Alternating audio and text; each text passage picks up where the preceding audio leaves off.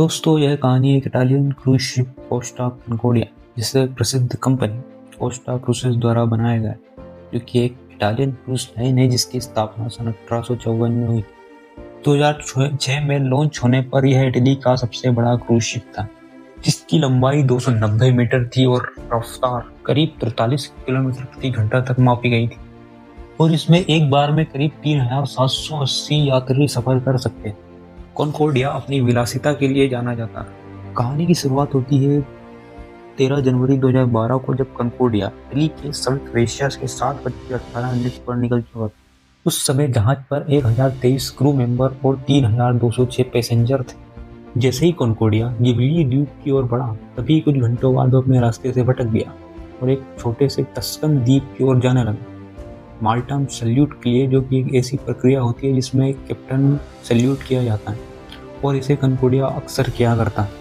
अब जहाँ ये जा रहा था उस इलाके को पत्थरों के लिए जाना जाता था, जैसे कुछ जहाज के रास्ते में महसूस किया गया। 7 साल से अधिक कैप्टन रहे स्टेनिनो ने जहाज की दिशा को बदलने का आदेश दिया, पर भाषा की समस्या के चलते इंडोनेशियाई हेल्समैन ने जहाज को उल्टी दिशा में मोड़ दिया। जहाज का ऊपरी हिस्सा तो सुरक्षित रहा, पर जहाज का पीछे का हिस्सा चट्टान से रात 9:45 पर टकरा गया। ब्रिज पे हुई कंफ्यूजन के कारण असंगत आदेश तो दिए गए, पर वो भी दुर्घटना को रोक नहीं पाए।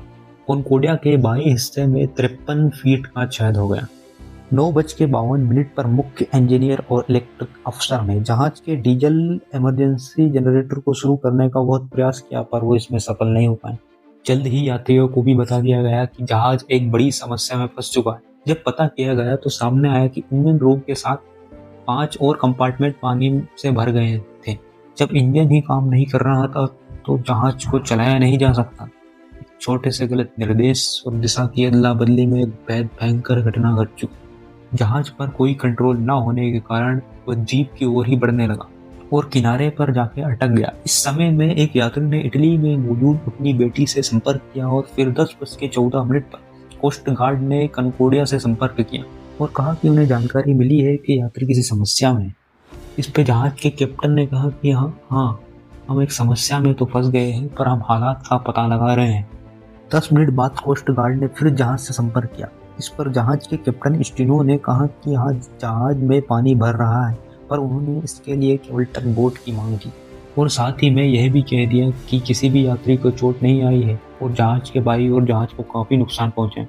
10:33 पर जनरल इमरजेंसी अलार्म बजा दिया गया और सभी को मास्टर्स स्टेशन पे जाने को कहा गया। 10:39 पर पहरा रेस्क्यू बचाव आखिरकार पहुंच गया। जहाज की स्थिति काफी बिगड़ चुकी थी और उसे काफी नुकसान भी पहुंचा। पानी के बहाव और कोई कंट्रोल न होने के कारण जहाज पानी में डूबता ही जा रहा था। धीरे धीरे 10:48 तक जहाज पहाड़ी चट्टान के सहारे 30 डिग्री से भी ज्यादा झुककर अटक गया। इसके बाद कैप्टन को एहसास हो गया कि जहाज एक बड़ी समस्या में फंस चुका है, जिससे निकलना अब जरूरी हो चुका है। कैप्टन स्टीनो ने जहाज की परिस्थितियों को देखते हुए रात 10:54 पर जहाज को छोड़ने का आदेश दे दिया। कैप्टन के आदेश मिलते ही सभी यात्री लाइफ बोट में जाने लगे, पर समस्या यह थी कि जो लोग जहाज के दूसरी तरफ मौजूद थे वो तो आसानी से निकल गए और लाइफ बोट के द्वारा सुरक्षित निकाल लिए गए। अब जो लोग जहाज के झुके हुए हिस्से में फंसे, उन्हें जहाज के झुकाव के चलते निकालना मुश्किल था। बाकी क्रू मेंबर्स और यात्रियों ने पहले ही जहाज छोड़ दिया, लेकिन अभी भी 300 लोग जहाज में बुरी तरह फंसे हुए हैं। 12:42 पर रिकॉर्ड हुई बातचीत में कोस्ट गार्ड कमांडर ने कैप्टन को आदेश दिया कि वो जहाज पर वापस जाए, पर कैप्टन ने उनके आदेश का पालन नहीं किया और किनारे पर आ गए। हालांकि रेस्क्यू ऑपरेशन में जहां 25 पेट्रोल बोट्स, 14 मर्चेंट वेसल्स, कई हेलीकॉप्टर्स मौजूद थे, उसमें सुरक्षित रूप से 4194 लोगों को जहाज से बाहर निकाल लिया गया और उन्हें पास के गिबेलिना द्वीप पे पहुंचा दिया गया, जहां पर 1000 तक की स्थानीय जनसंख्या थी। 14 जनवरी को 6:17 पर सर्च ऑपरेशन को बंद कर दिया गया। जो लोग सुरक्षित निकल पाए थे वो तो अपने आप को बहुत खुश नसीब समझ रहे थे, पर जो जहाज में फंसे रह गए, उनके मरने के बाद उनका मृत शरीर भी नवंबर 2014 तक नहीं मिला। आप इससे समझ ही सकते हैं कि यह घटना कितनी दुखद और भयानक थी। जहाज की एक गलत दिशा के कारण कई लोगों ने अपनी जान गंवा दी, बहुत से लोग घायल हुए और 32 लोगों की मौत हो गई।